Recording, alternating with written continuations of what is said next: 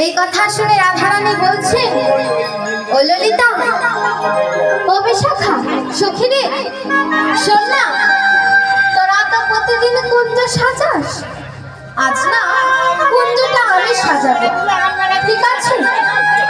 তাই এই কথা শুনে ললিতা বিশাখা সখী বললেন, বেশ রাধে, তাই হবে। এইবার রাধারানী তার সখীদের নিয়ে বনে গেছে। কোন বনে? গহন বনে।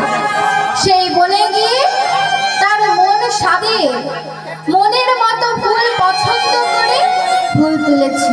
কেন না বধূর জন্য কুঞ্জ সাজাবেন বলে। রাধারানী কি করেছে? তারা বধূর জন্য কুঞ্জ সাজাবেন বলে ফুল তুলে এনে কুঞ্জ রচনা করেছেন নিজে। কুঞ্জ রচনা করে এবারে সে বধূর আশা পথ চেয়ে বসে আছে। তা ভাগ্যের কি পরিহাস, নিশি গড়িয়ে প্রভাত হয়ে গেল, বধূ